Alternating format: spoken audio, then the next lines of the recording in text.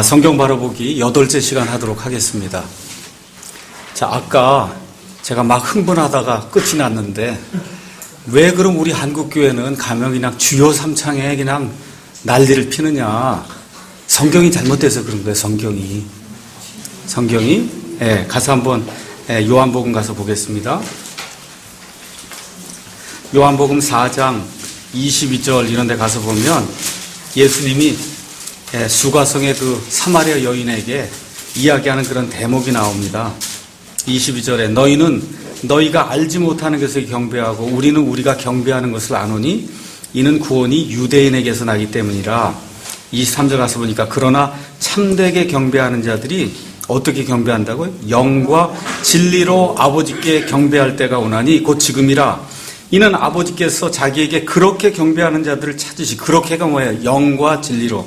그렇죠? 24절 하나님은 영이시니 그분께 경배하는 자들이 반드시 영과 진리로 그분께 경배할지니라. 개역성경을 뭘로 바꿔놨어요? 영과 진리가 아니라 신령과 진정으로. 신령한 게 뭔지 아시죠? 한국 사람들 신령한 거. 그게 꽝꽝대고 뒤집어지고 하는 그걸 한국 사람들은 신령하다고 생각을 하는 거예요. 여러분 가셔서 한번 국어사전, 네이버 사전에 가서 신령이라고 한번 쳐보라고. 그 뜻이 나쁜 뜻이에요. 그 다음에 또 진리가 아니라 뭐예요? 진정으로 하면 되는 걸 줄 아는 거야. 11조 하고 그냥 진정으로만 소리 지르고 하면 그러면 하나님이 예배를 받으실 줄로 생각을 하는 거예요. 그게 아니고 뭐예요? 영과 하나님이 영이니까 우리가 영이 있잖아요. 그 영과 커뮤니케이션하는 그런 예배를 드려야 되고, 진리는 뭐예요?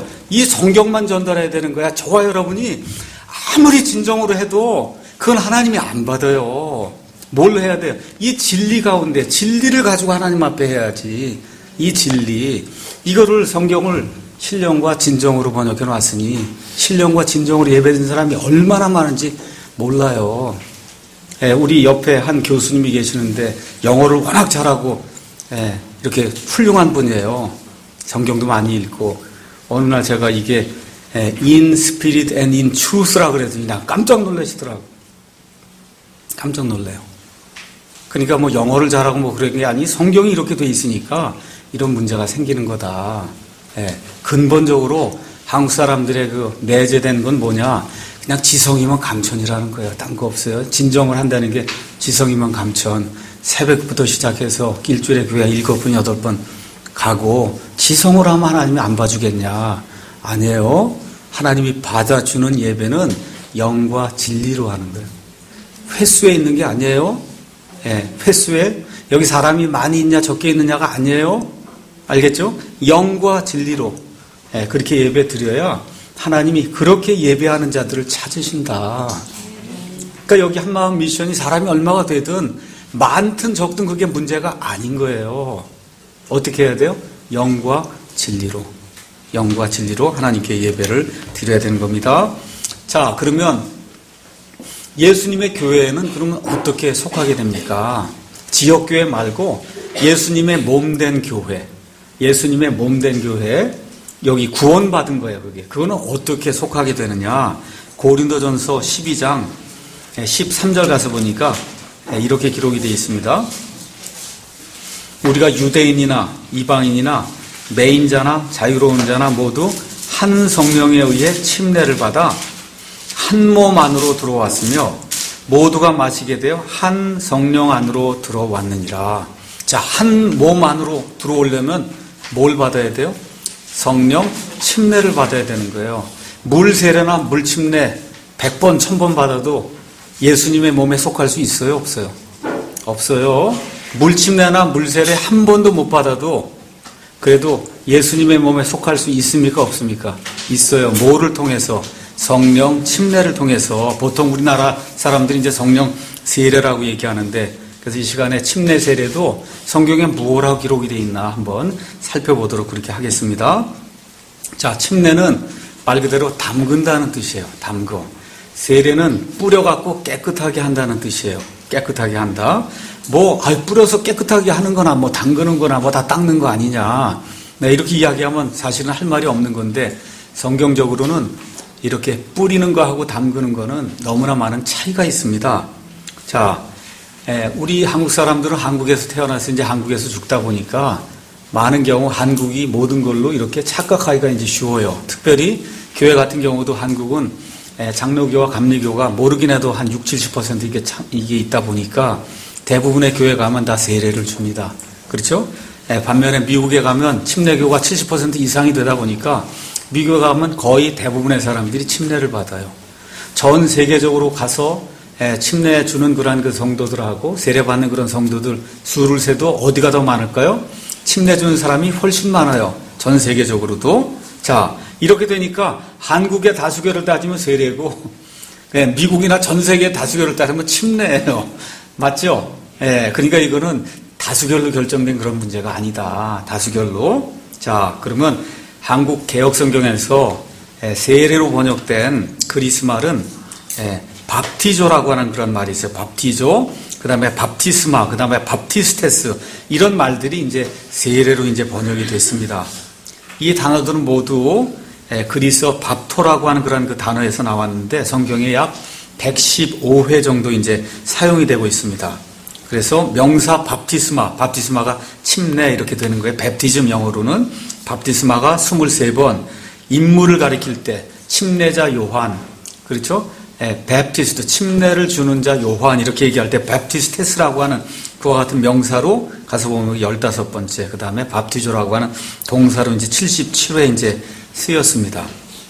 자, 개혁성경하고 달리 전 세계 사람들이 가장 많이 보는 그와 같은 성경 어휘 사전이 있고, 그 다음에 성경 용어 해석 사전이 있고, 여러 가지 것들이 많이 있어요.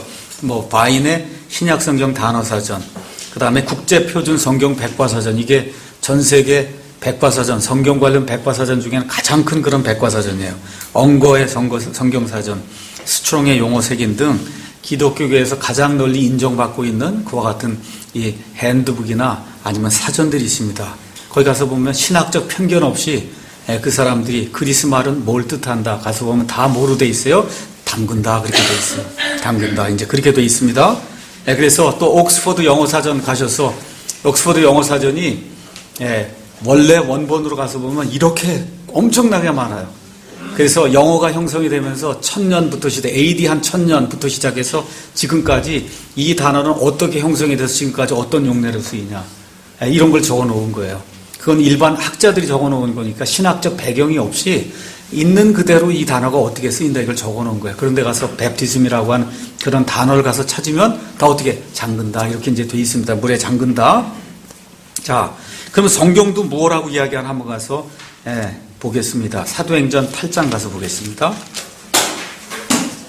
사도행전 8장에 가서 보시면 이 복음 전도자 빌립이 에티오피아 내시에게 복음을 전한 이후에 침례를 주는 그와 같은 대목이 38절 39절에 나와 있습니다.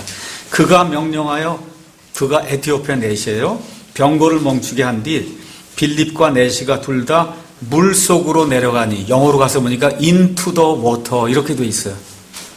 into the water. 그가 내시에게 침례를 주니라. 그들이 물 속에서 나와, 영어로는 out of water 이렇게 돼서 out of the water. 가서 영어 성경 가서 보시면 그렇게 이제 기록이 돼 있습니다. 이거는 우리가 중학교 정도만 가면 into, 그 다음에 out of 아는 거죠.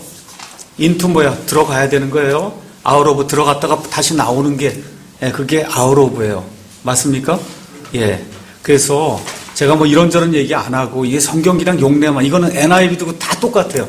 into the water, out of water. 오케이? 이렇게 돼 있기 때문에 물속으로 들어갔다가 다시 물속에서 나오는 것, 그 이상도 아니고 그 이하도 아니에요. 성경 가서 보면 그렇게 이제 돼 있습니다. 자, 침례자 요한이 아니면 예수님이 왜 요르단 강으로 갔을까요? 강에 가서 물 뿌리려고 갔을까요? 물 뿌리려면 이거 종지 하나만 있으면 되는데 뭐하러 물을 뿌리려고 요르단 강을 가요? 강에 왜? 강 속으로 들어갔다. in Jordan 이렇게 돼 있는 거예요. 요르단 강 속에 들어가서 침례를 주는 거예요. 제가 3년 전인가 얼마 전에 이스라엘을 갔습니다. 가서 요르단 강에 갔어요. 요르단 강에 갔더니 물 뿌린 사람 하나도 없고 다 몽땅 다 들어가서 침례를 줘요. 침례를 주려고 요르단 강에 오는 거예요. 또 거기 로마 시대 초대교회 여러 그 교회들 유적지가 있습니다. 그 유적지 가면 뭐 이 베프티즘 이 침례를 줬던 그와 같은 터가 있어요. 더 어떻게 다 들어가서 눕는 거예요. 물속에 푹 잠기는 이와 같은 형태로 이렇게 이제 돼 있습니다. 자, 어쨌든 침례는 담근다고 하는 게 성경적으로 일단 맞는 거예요. 여러분이 받든 안 받든 그건 뭐 상관이 없고 일단 성경적으로 보면 침례는 담그는 겁니다. 자, 근데 침례는 종류가 여러 개가 있어요. 성경 가서 보니까 물 침례도 있고. 자, 마태복음 가서 한번 보겠습니다. 마태복음 3장 5절 가서 보니까 마태복음 3장 5절에 그때 예루살렘과 온 유대와 요르단 사방의 지역이 그에게 온 지역이 그에게 나가 침례자 요한에게 나가 자기 죄들을 자백하며 요르단 속에서 영어로 가서 보면 인 졸단 이렇게 돼. 졸단이 뭐예요? 요르단 강입니다. 인이 뭔지 알겠죠? 인. 그 속에서 그에게 침례를 받았다. 이런 물침례가 있습니다. 물침례. 그 다음에 또 뭐가 있느냐? 침례자 요한이 11절에 참으로 나는 회개에 이르도록 너에게 물로 침례를 주고냐. 이런 물침례가 있고 내 뒤에 오시는 분은 나보다 능력이 더 있으심에 나는 그분의 신발을 나를 자격도 없노라. 이분이 누구예요? 예수님이에요. 이 예수님은 너희에게 성령님으로 침례를 주시고 불로 침례를 준다는 거. 아, 성령 침례가 있고 불침례가 있구나. 그렇죠? 네, 불침례가 있어요. 자, 이렇게 이제 성경이 분명히 기록하고 있습니다. 그 다음에 가서 보니까 고린도전서 10장에 가서 보니까 구약시대 성도들도 침례를 받았다 그래요.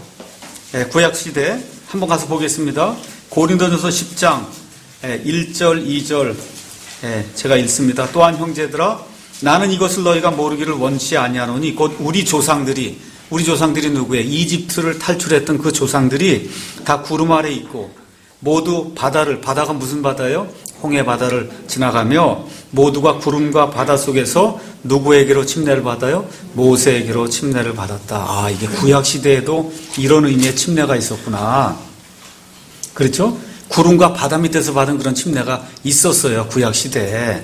자, 이런 모든 걸 가서 보면 일단은 물 침례 어떻게 물속으로 잠겨야 되는 거예요. 그 다음에 불 침례도 불 속으로 잠겨야 되는 거예요. 성령 침례도 성령님 안으로 잠겨야 되는 거예요.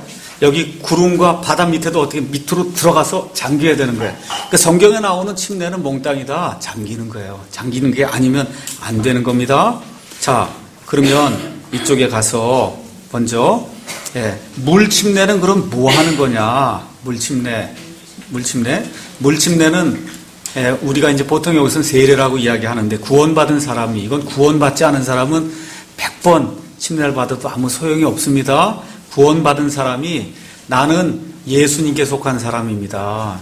구약시대 사람들이 구름과 바다 밑으로 지나서 침례를 받으면서 누구에게 속했다 그랬어요? 아까 모세에게 속한 거예요. 그래서 구약시대 율법에 속한 그런 사람들이 된 거고 저와 여러분이 물 침례를 받으면 나는 성령 침례를 받아서 구원받은 사람으로 물 침례를 받아서 어떻게 한다는 게 예수님께 속한 그런 사람이라는 걸 나는 입증하는 겁니다. 입증은 영어로 데몬스트레이션 알죠? 피켓 이렇게 들고 청와대 앞에 가서 이거 데모하는 거. 그러면 나는 이렇다 이렇게 하는 거예요. 그래서 이 물 침례를 받는다고 하는 거는 예수님과 내가 동일한 그와 같은 과정을 겪은 사람입니다. 이거를 데몬스트레이션 하는 거예요. 데몬스트레이션. 그러니까 예수님은 어떻게 됐어요? 예수님이 죽었다가 그 다음에 묻혔다가 그 다음에 다시 부활하신 것처럼 여기 그림에 있는 것처럼 이 사람을 물속에 집어넣어서 어떻게 죽여요. 그 다음에 묻어요. 그 다음에 이렇게 다시 이렇게 세워서 그래서 그림으로 나는 예수님과 동일하게 예수님 십자가 죽으실 때 나도 죽었고 예수님 묻히실 때 나도 같이 묻혔고 예수님 이 아레마다 요셉의 무덤에서 부활할 때 나도 그때 같이 부활한 사람입니다.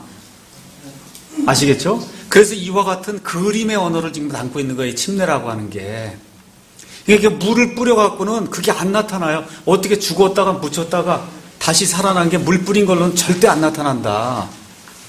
그래서 로마서에도 가서 보면 이렇게 이제 기록이 되어 있습니다. 로마서 가서 잠깐 보겠습니다. 로마서 6장 가서 보니까 사도 바울이 이렇게 기록하고 있어요. 그런즉 우리가 무슨 말을 하리요?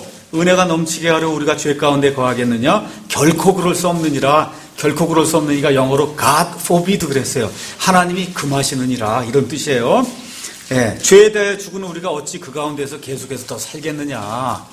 죄 자꾸 지우면 안 된다는 거죠. 자, 보세요. 예수 그리스도 안으로 침례를 받은 우리가 다 그분의 죽음 안으로 침례를 받은 줄을 너희가 알고, 그러니까 일단 죽어야 되는 거예요. 맞죠? 그러므로 우리가 죽음 안으로 침례를 받아 그분과 함께 묻혀야 되는 거예요. 묻혀야 돼. 이것은 그리스도께서 아버지의 영광을 힘입어 죽은 자들로부터 일으켜진 것 같이 우리도 생명의 새로움 속에서 일어나서 걷게 하려 함이라. 5절, 만일 우리가 그분의 죽음과 같은 모양으로 함께 신겼으면 또한 그분의 부활과 같은 모양으로 되리라. 이렇게 돼 있어요. 그러니까 이 안에 세 가지 요소가 있어야죠. 죽고, 묻히고, 일어나고. 그렇죠? 그래서 이 침례라고 하는 이런 의식을 통해서 하나님이 나는 성령 침례를 통해서 구원받은 사람입니다.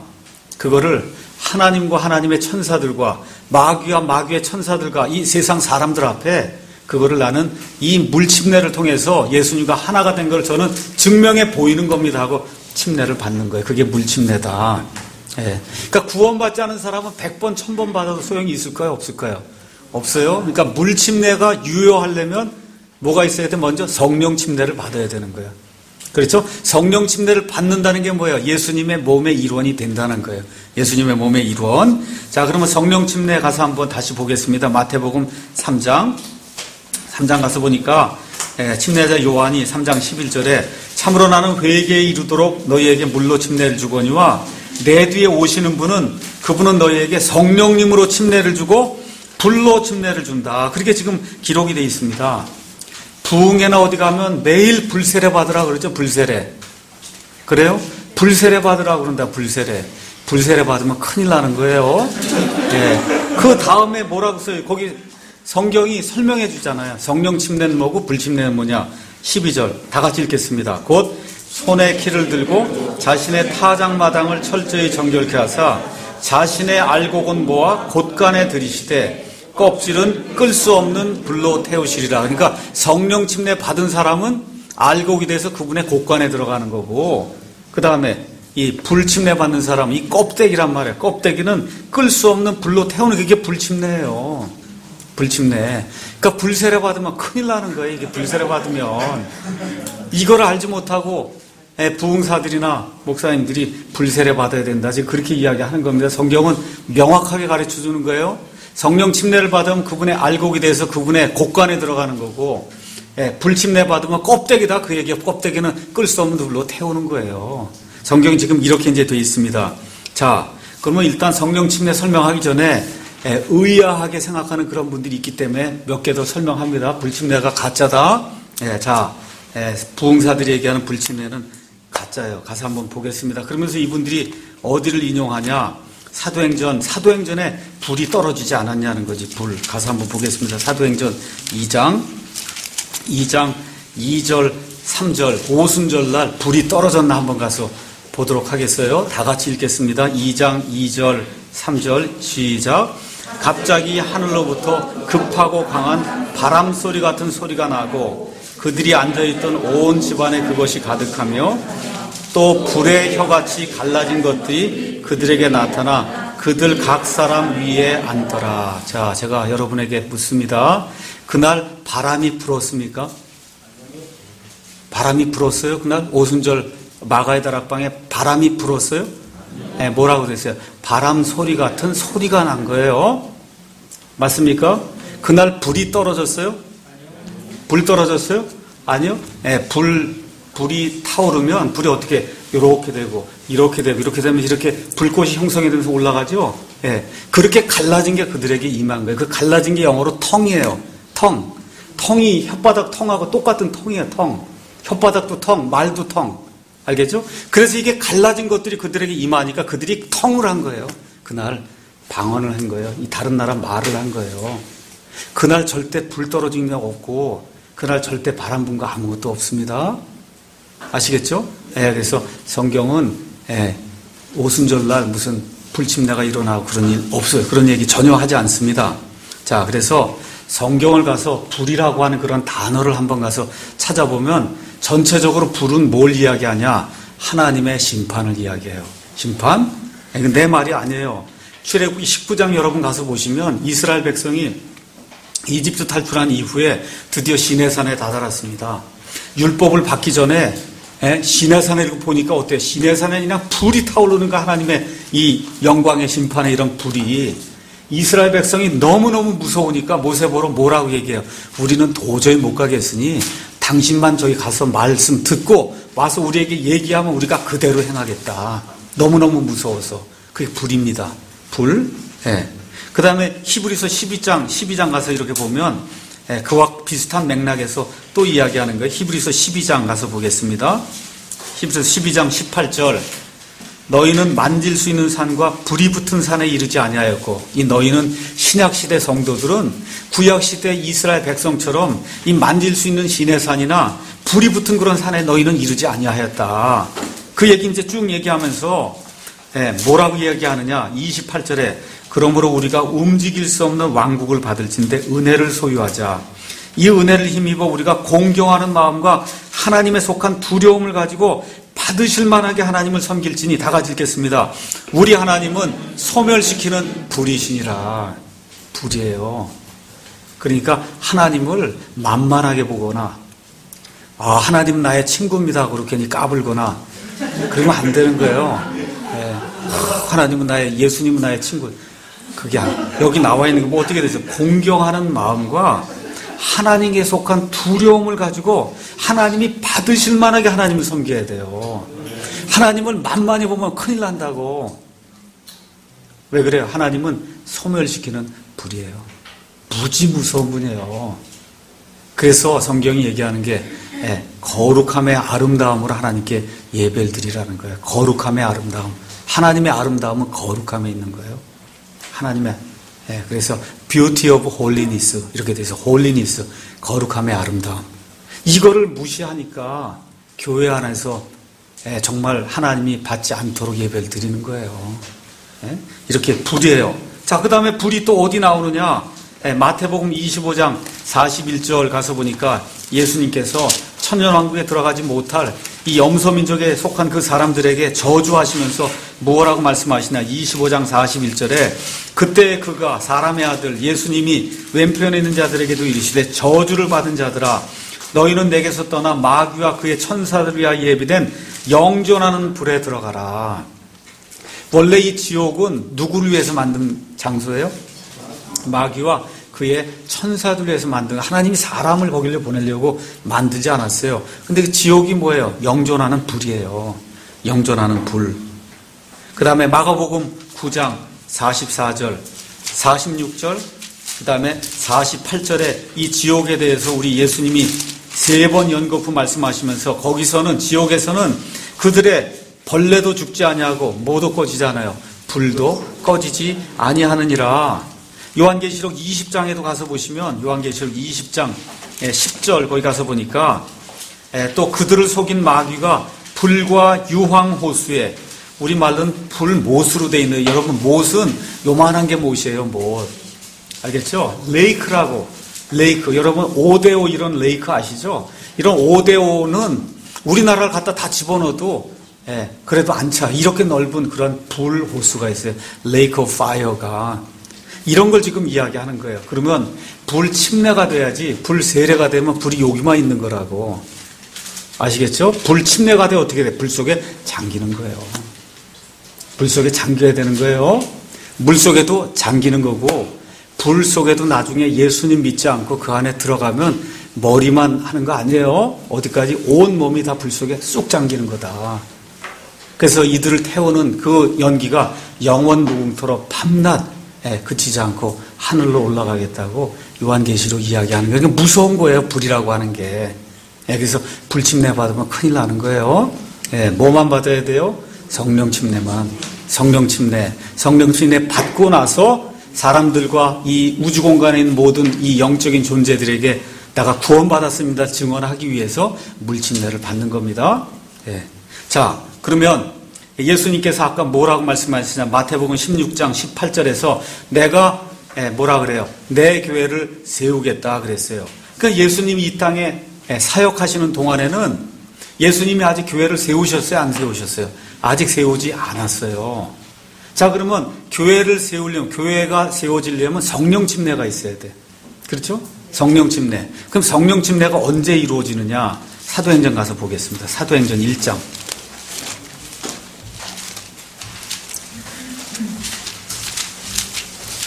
자, 사도행전 1장 제가 가서 읽겠습니다. 1장 3절에 그분께서 순환을 받으신 뒤에 또한 자신이 살아계심을 절대 확실한 많은 증거들로 그들에게 보여주시고 40일 동안 그들에게 보이시며 하나님의 왕국에 관한 것들을 말씀하시고 또 그들과 함께 모이사 그들이 예루살렘을 떠나지 말고 아버지의 약속하신 것을 기다리라고 그들에게 명령하셨느니라. 그분께서 이르시되 그 약속하신 것에 대해서는 너희가 내게서 들었나니 참으로 요한은 물로 이거 벌써 그때 얘기한 거 마태복음 3장 그렇죠? 요한은 물로 침례를 주었을 때 너희는 이제부터 많은 날이 지나지 아니하여 성령님으로 침례를 받으니라 하시느니라. 불침면 빼는 거예요. 불은 믿지 않는 자들 위해서 거기서만 얘기한 거니까 성령 침례만 지금 이야기하는 겁니다. 그렇죠? 그럼 뭐예요? 성령 침례가 이루어졌어요? 안 이루어졌어요? 아직 안 이루어졌다니까. 아직 안 이루어졌어요. 몇 날이 더 지나야 돼요. 며칠이 더 지나야 돼요. 예수님 승천하시고 나서 며칠이 더 지나야 돼요. 열흘이 더 지나야 예수님이 이 땅에서 40일 동안 계시고 승천하셨잖아요. 그러니까 열흘이 더 지나야 뭐가 돼요? 오순절 날이 임한단 말이에요. 그렇죠? 그러니까 성령 침례는 아직 임하지 않았어요. 여기 이 시점에. 언제 임해요? 아까 봤던 사도행전 2장 1절에 오순절 날이 충만히 임하였을 때 그들이 다 한 마음이 돼 한 곳에 있을 때 바로 그때 4절에 그들이 다 성령님으로 충만하여 성령께서 그들에게 말하게 하신 대로 다른 언어들로 말하기 시작하더라. 이렇게 되면서 성경에 처음으로 성령 침례가 요때 이제 일어나게 되는 겁니다. 그러니까 예수님의 몸을 뜻하는 그 교회는 언제 시작이 되는 거예요? 요때 시작이 되는 거예요. 오순절날. 오순절날. 자, 그래서 신약교회, 내가 내 교회를 세우겠다. 예수님 말씀하시고 드디어 세우는 그 교회는 성령 침례가 있어야 돼요. 그 성령 침례는 요때 이루어지는 거예요. 사도행전 1장만 해도 이루어지지 않았지, 아직. 맞죠? 2장에 가서 이제 이루어지는 겁니다. 그래서 예수님의 부활과 승천 이후에 이 교회는 쓸 수가 있어요. 에베소서 1장에 가서 보시면 분명하게 뭐라고 이렇게 기록이 되어 있느냐. 제가 이제 잠깐 읽겠습니다. 에베소서 1장 19절. 그분의 강력한 권능의 활동에 따라 믿는 우리에게 베푸신 바 그분의 지극히 큰 권능이 어떤 것인지 너희가 알게 하시길 원하노라. 그분께서 그리스도를 죽은 자들로부터 살리시고 하늘의 처소들에서 자신의 오른편에 그분을 앉히실 때 그 권능을 그분 안에서 발휘하셨다. 이게 뭐예요? 예수님 부활시키시고 예수님을 승천하게 하셨단 말이에요. 그때 하나님이 놀라운 하나님의 파워를 그 예수님 안에서 이 발휘하셨다. 그러고서 어떻게 하셨냐? 그분을 모든 정사와 권능과 강력과 통치, 여기 나오는 정사, 영어로 principality, 권능, 파워, 그 다음에 강력은 여기 21절에 가서 보면 강력은 영어로 뭐로 된 마이스로 돼 있고, 그 다음에 통치는 영어로 도미니언 이렇게 돼 있어요. 이건 뭐예요? 천사의 등급을 이야기하는 거예요. 천사, 하늘에 있는 여러 종류의 그런 천사들이 있어요. 그 천사들을 부를 때 여러분 영어 사전 가서 보면 다 나와요. 가서 도미니언, 파워, principality 여기 나와 있는 마이 그러면 천사의 등급 이렇게 다 나온다고요. 그래서 이런 모든 하늘에 있는 이 천사들, 영적인 그런 존재들뿐만 아니라 이 세상뿐만 아니라 오는 세상에서 불리는 모든 이름보다 훨씬 위에 두셨고 또 모든 것을 그분의 발 아래 두셔서 그분을 모든 것 위에 머리가 되게 하사 교회를 위해 주셨느니라 이렇게 돼 있어요. 이렇게 되면서 예수님의 부활과 승천 이후에 교회가 이게 형성이 된다. 그게 사도행전 2장에 이제 기록이 되는 겁니다. 자, 그럼 이런 교회의 특징이 뭐냐? 에베소서 2장에 가서 보면 2장 15절에 어떻게 되어 있느냐? 원수되게 하는 것, 즉 규례들에 수록된 명령들의 율법을 자기 육체로 예수님이 없애셨어요. 이것은 이 둘이 뭐냐? 이방인과 유대인을 자기 안에서 하나의 새 사람으로 만들므로써 화평을 이루려 하심이라. 14절 읽어보면 그분은 우리의 화평이시니라. 그분께서 둘을 하나로 만드사 우리 사이에 중간 분리벽을 허무시고, 영어로 중간 분리벽이 뭐냐? 파티션이에요. 여러분 파티션 알잖아요. 이렇게 두 개 나누는 거. 그렇죠? 과거에는 유대인과 이방인 사이에 파티션이 있었어요. 파티션. 그래서 둘이 있어요. 따로 떨어져 있어요. 구약시대에는. 그래서 구약시대에는 12절에 그때 구약시대에는 너희는 그리스도 밖에 있었고 이스라엘 연방국계 밖에 있던 외인들이며 약속의 언약들에서 분리된 낯선 자여 세상에서 소망도 없고 하나님 밖에 있던 자들이다. 쉽게 얘기하면 구약시대 대부분의 이방인들은 구원받지 못한 자들이다. 지금 그 얘기를 하고 있는 겁니다. 그래서 이방인하고 유대인 사이에 뭐가 있어요? 중간 분리벽이 있었어요. 그걸 예수님이 치워버렸다고. 그렇죠. 그래서 이제 교회가 형성이 된 이후에는 이방인이든 유대인이든 예수님이 상관하지 않아요. 예수님을 믿고 예수님만 유일한 구원자십니다 고백하면 그러면 어떻게 돼요? 한 몸이 되는 거예요. 이런 일은 구약에 있었습니까? 없었습니까? 없었어요. 그래서 구약 시대에는 예수님 말씀하시는 내가 내 교회를 세운다는 신약 교회는 구약 시대는 없는 거예요. 구약 시대는 오직 하나님의 백성이 누구만이에요? 유대인만이에요. 그렇죠? 근데 오순절 사건 이후에는 이방인 유대인 가리지 않고 누구든지 예수님만 믿으면 예수님의 몸이 되는 이와 같은 유기체로서의 교회가 구약 시대는 없었고 신약 시대, 특별히 오순절 사건 이후에만 형성이 되는 거예요. 이런 교회하고 구약 시대 교회가 같다고 이야기하면 그러면 문제가 생기기 시작하는 겁니다. 문제가 생기기 시작하는 거예요. 예. 자, 그래서 한 몸이 에베소서 또 넘어갑니다. 자, 4장 가서 보세요. 4장 3절. 그래서 너희는 화평에 매는 뒤로 성령이 하나 되게 하신 것을 힘써 지켜라. 너희를 부르심에 소망이 몇 개가 있어요? 한 소망. 한 소망이에요. 예수 안에서 우리는 소망이 하나뿐이 없습니다. 너희가 부르심을 받은 것 같이 몸이 몇 개가 있어요? 하나. 한 몸, 한 성령, 한 주님, 예수님, 한 믿음, 몇 침례? 한 침례. 그렇죠? 한 하나님. 다 하나만 있는 거예요. 그럼 제가 여러분에게 물어볼게요. 요 한 침례는 무슨 침례예요? 우리가 지금 불 침례, 물 침례, 성령 침례, 그 다음에 구름과 바람 밑에서 침례 이런 거 배웠죠? 예, 어떤 침례를 이야기해요? 이 침례는 어떤 침례? 성령 침례예요. 성령 침례. 많은 침례교 목사님들이 이건 물 침례입니다. 물 침례 되면 그러면 장로교나 감리교 다닌 사람 구원 못 받았다는 얘기거든요. 장로교나 감리교 다닌 사람 가운데 물 침례는 안 받았어도 성령 침례 받은 사람은 얼마든지 있을 수 있는 거예요. 이해하시겠죠? 예수님이 나의 구원자십니다. 내가 죄인임을 내가 확실히 깨닫고 오직 예수님만 나의 구원자십니다. 그분 외에는 나를 구원할 사람이 없습니다 하고 내 자신이 하나님께로 180도 돌이켜 들어가면 내가 장로교를 다니든지 감리교를 다니든지 침례교회를 다니든지 어떻게 돼요? 구원받는 거죠. 구원받는 순간 성령님이 우리 안에 머리끝부터 발끝까지 꽉 채워요. 그게 침례예요. 성령 침례가.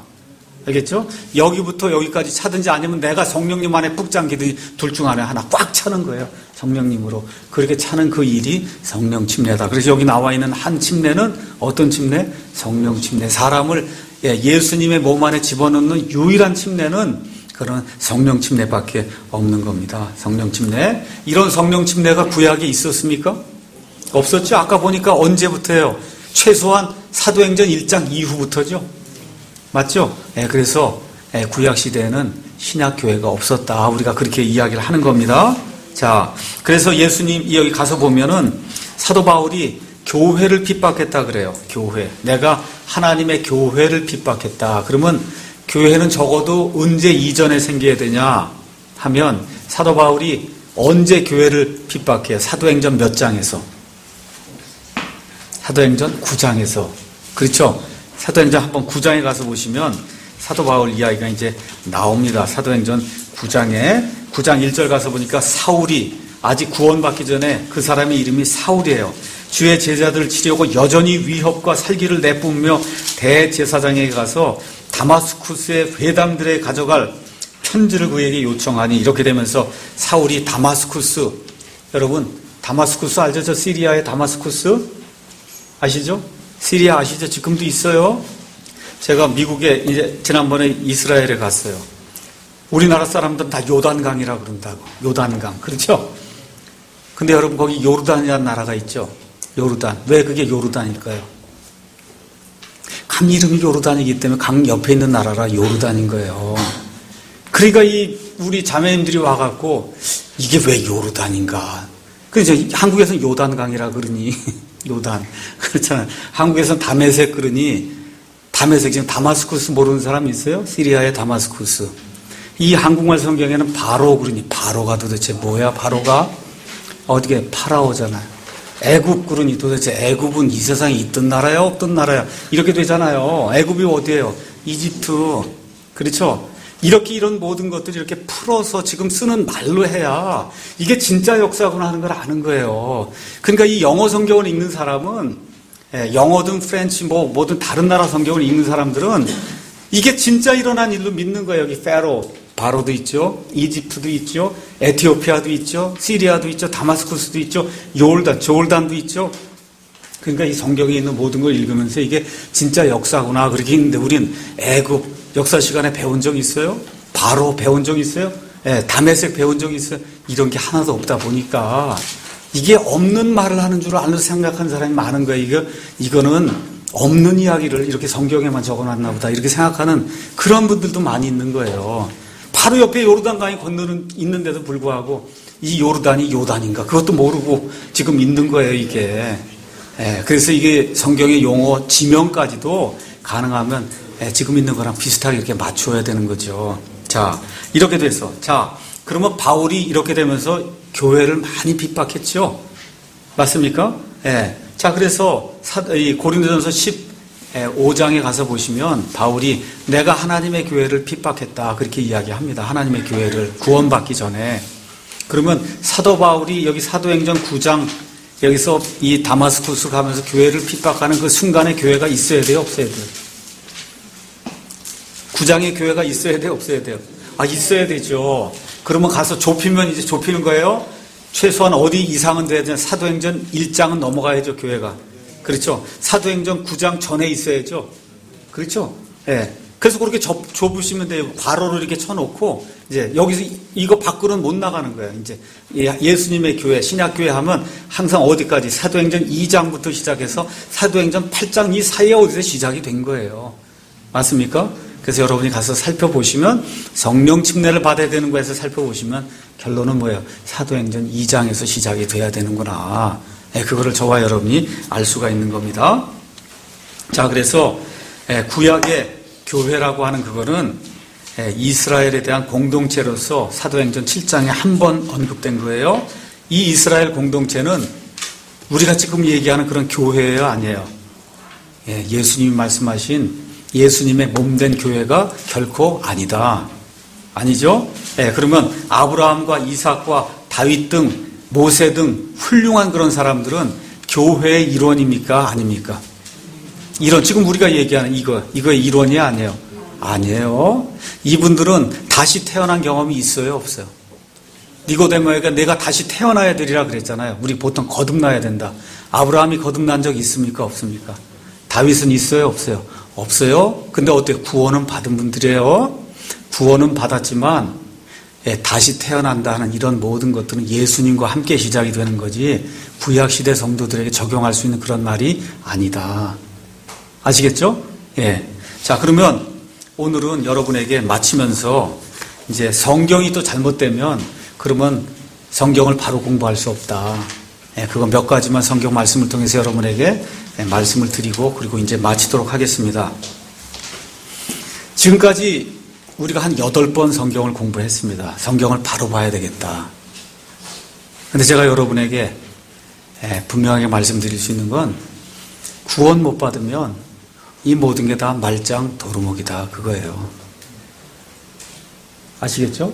그러니까 가장 중요한 게 구원받는 거예요. 이 교회 왜 다니냐? 구원받으려고 다니는 거야. 이게 교회 왜 다니냐? 구원받으려고 다니는 겁니다. 그거 너무 유치한 거 아니냐? 유치한 게 아니에요. 그게 제일 고상한 거예요. 구원받는 것이. 그러니까 제가 여러분에게 무슨 일이 있어도 구원은 받아야 된다. 아시겠죠? No matter what, 영어로 no matter what, you must be born again 해서 you must be saved by the grace of God. 하나님의 은혜로 반드시 구원받아야 된다. 구원? 이게 없으면 교회 생활 죽을 때까지 해봐야 무슨 소용이 있어요? 종교 놀이 한 건데 그냥 재미있게 소셜 라이프 와서 즐기고 그렇게 한 거예요. 다른 거 없어요. 다 자기의 플레저, 기쁨을 위해서 교회 가니까 장로님 그러고 교회 가니까 목사님 그러고 사모님 그러고 다 그러니까 또 헌금 많이 내니까 장로도 시키고 다 그래서 교회 다니는 거예요. 그거 다 자기의 플레저를 위해서 자기의 기쁨을 위해서 아무 소용 없습니다. 가장 중요한 교회에 나오는 가장 중요한 이유는 구원받기 위한 거예요. 자, 자, 그럼 구원은 제가 다시 한번 말씀드리지만 구원은 오직 하나님의 은혜로 받는 거예요. 구약시대 처음 구원받은 사람부터 신약시대 마지막 구원받는 사람까지 이 땅에 태어난 모든 사람은 하나님 앞에 가면 하나님, 제가 하나님이 거저주시는 선물로서 제가 그 하나님의 은혜로 내 행위와 전혀 상관없이 하나님이 마련해 주신 그 예수님, 그 예수님이라고 하는 그 대속의 희생 예물, 그 예수님을 통해서 그거를 제가 믿음으로 제가 구원을 받았습니다 하고 저와 여러분이 하나님 앞에 가서 고개를 숙이고 감사의 말씀을 드릴 겁니다. 알겠죠? 자, 구원은 그렇게 받는 거예요. 자, 그래서 이 구원 받으면 우리가 하나님의 라이프를 받게 돼요. 하나님의 생명을 받게 돼요. 그러니까 하나님은 출애굽기에 나와 있는 것처럼 I am that I am 그렇게 이야기했어요. 나는 존재하기 때문에 나는 존재하는 자다. 이런 뜻이에요. 하나님 누가 만든 그런 분이 아니에요. 그냥 영원 전부터 나는 스스로 있는 자다. 스스로 있는 자. 그게 무슨 얘기예요? 하나님은 셀프가 생명이에요. 하나님 자신이 생명이고 하나님 그 자신이 생명이 어떤 생명이냐. 이 땅에 있는 생명이 있어요. 이게 땅에 있는 거. 이건 템포럴한 거예요. 이게 60년, 70년, 80년 되면 없어지는 생명이 있어요. 템포럴한 게 있고 하늘에 있는 하나님의 생명은 이터널한 거예요. 이터널. 그건 하늘에 속했다 그런 얘기예요. 그래서 잽이 안 되는 거예요. 이 땅에서 그냥 병들고 아프고 이게 생명이잖아 이게. 하나님은 그런 게 아니죠. 천상에 있는 이터널 라이프는 그런 게 없는 라이프예요. 하나님은 우리에게 구원받고 우리가 구원받으면 그 하나님의 생명의 이터널 라이프를 줘요. 이터널 라이프. 또 동시에 그거는 영원 무궁토록 시간적으로, 그러니까 아까 건 질적으로 틀린 라이프예요. 이 땅에 있는 라이프하고는 질적으로 다른 거고 이번엔 뭐가 있냐? 양적으로 영원 무궁한 생명을 주신다고. 영어로는 그거를 everlasting life 그렇게 이야기하는 거예요. everlasting life. 그래서 하나님은 이터널 하신 분이고 하나님은 everlasting 하신 분이기 때문에 그분의 생명이 우리에게 쑥 들어오면 그러면 우리 어떤 삶을 누리냐 하면 이터널 라이프와 everlasting life가 나오는 거예요. 그래서 요한복음 3장에 가서 보면 이렇게 이제 예수님이 이제 말씀을 해줍니다. 빼도 박지 못하게 뭐라고 말씀하시느냐. 14절, 3장 14절. 모세가 광야에서 뱀을 든 것 같이 사람의 아들도 반드시 들려야 하리니 이것은 누구든지 그를 믿는 자는 멸망하지 않고 영원한 생명, 영어로 뭐예요? 이터널 라이프를 얻게 하려 함이라. 16절 다 같이 읽겠습니다. 하나님께서 세상을 이처럼 사랑하사 자신의 독생자를 주셨으니 이것은 누구든지 그를 믿는 자는 멸망하지 않고 이번엔 영존하는 생명, everlasting life를 그거를 얻게 하려 합니다. 이 킹제임스만 이렇게 써 있는 거예요. 딴 성경엔 다 이터널로 돼 있어요. 킹제임스만 어떻게? eternal as well as everlasting. 오케이? 두 개가 다 되는 거예요. 하나님의 생명을 이런 걸 주는 거예요. 그래서 요한복음 5장 24절 거기 가서 보니까 예수님께서 뭐라고 또 말씀하시느냐 하면 진실로 진실로 내가 너희에게 이르노니 내 말을 듣고 또 나를 보내신 분 아버지를 믿는 자는 영존한 생명이 있고 그래서 everlasting life가 있고 또 정죄에 이르지 아니하리니 사망에서 생명으로 이미 옮겨졌다는 거예요. 옮겨졌어요. 그러니까 구원 한번 딱 받으면 정죄에 이를 수가 있어요, 없어요? 없다는 거예요. 어떻게 됐다는 거예요? 사망에서 생명으로 아예 영원 무궁토록 옮겨졌다는 겁니다. 개혁성경도 그렇게 기록하고 있어요. 영원 무궁토록 옮겨지는 거예요. 그래서 에베소 4장 30절 가서 보니까 우리 성도들의 구원은 봉인되어 있다고 얘기해요. 봉인은 여러분 편지 봉투가 이렇게 있어요. 거기다 서류를 보낼 때 이 사람이 이걸 갖고 장난치지 못하도록 뭐 스카치 테이프로 붙이든지 그게 봉인하는 거예요. 그렇죠? 이게 테이프가 열리면 누가 열어본 거란 말이에요.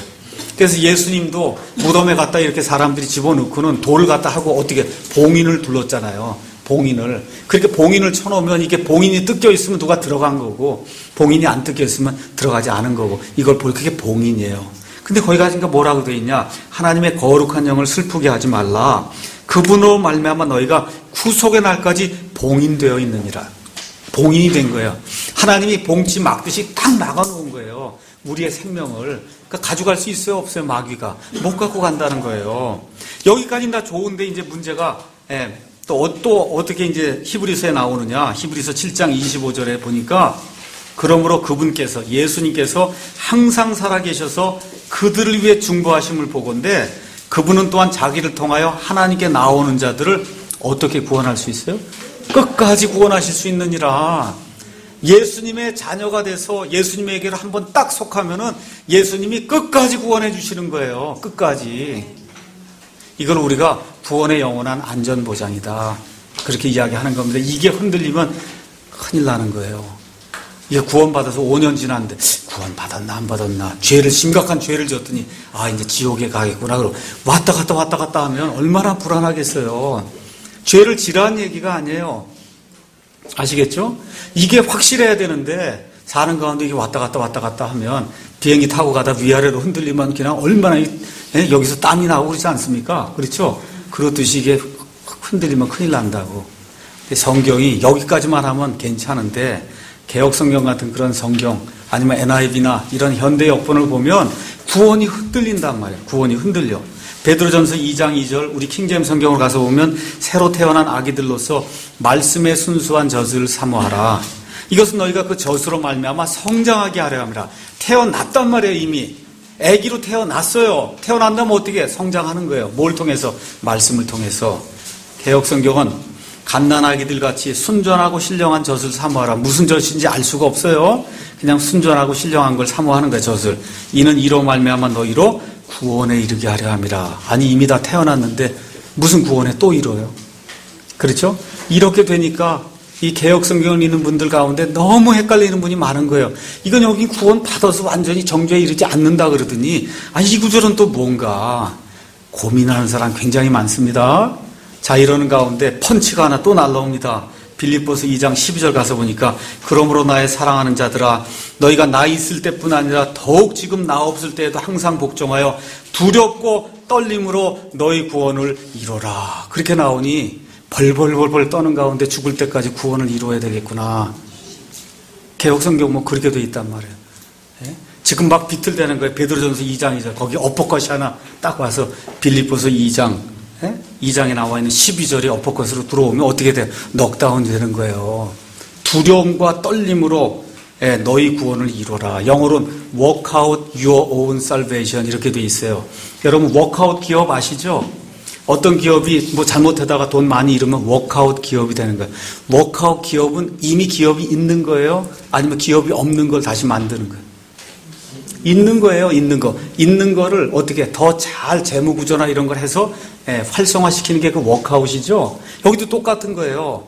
자, work out your own salvation 되니까 구원은 이미 있는 겁니까? 없는 거예요?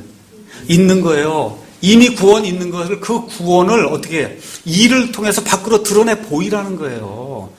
어떻게 선한 행위를 통해서 예수 그리스도의 그런 행위가 나오도록 자꾸 드러내 보이라는 겁니다.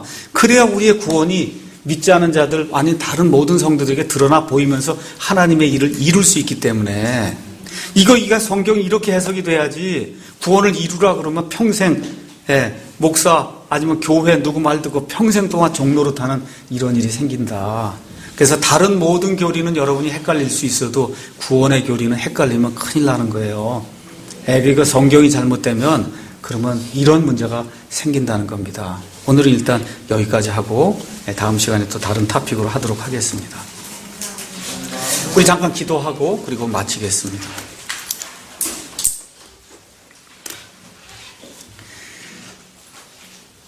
은혜와 긍휼이 풍성하신 아버지 하나님,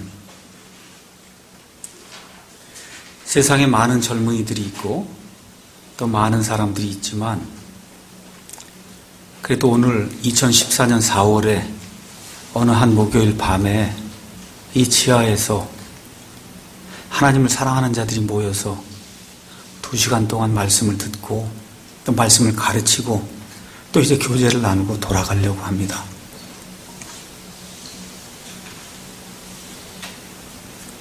아버지 하나님께서 하늘에서부터 우리를 내려다보시고 하나님의 영으로 충만하게 채워주셔서 하나님의 아들을 아는 그 지식에서 뛰어난 자들이 되게 도와주시오며 그래서 그 일들이 우리의 구원을 워크아웃하는 밖으로 드러내는 그와 같은 일들을 통해서 옆에 있는 지체들을 세워주고 올바르게 하나님을 섬기고 거룩한 그런 삶을 살며 가정생활을 제대로 하고 아이들과 함께 좋은 그와 같은 믿음의 가정을 이루고 또 또 각자가 처해 있는 그런 상태에서 그 교회를 섬기며 여러 지체들을 세워주고 또 믿지 않는 자들에게 하나님의 이 놀라운 구원의 섭리를 잘 설명해 줄 수 있는 저희가 될 수 있도록 하나님 도와주시기를 간절히 원합니다. 너무나 사람들이 많이 살지만 이 세상 풍조에 휘말려서 하나님이 누구신지 알지 못하고 알려고도 하지 않는 이런 좀비의 그런 생활을 하고 있습니다.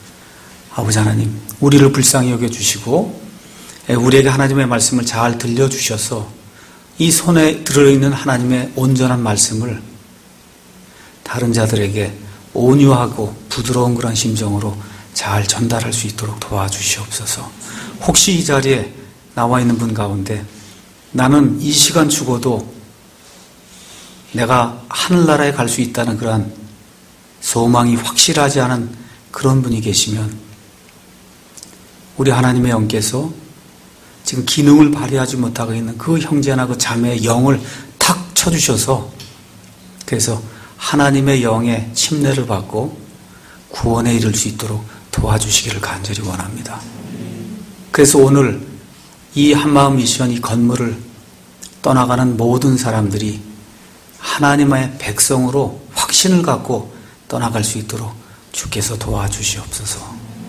감사하며 예수님의 이름으로 기도하옵나이다. 아멘.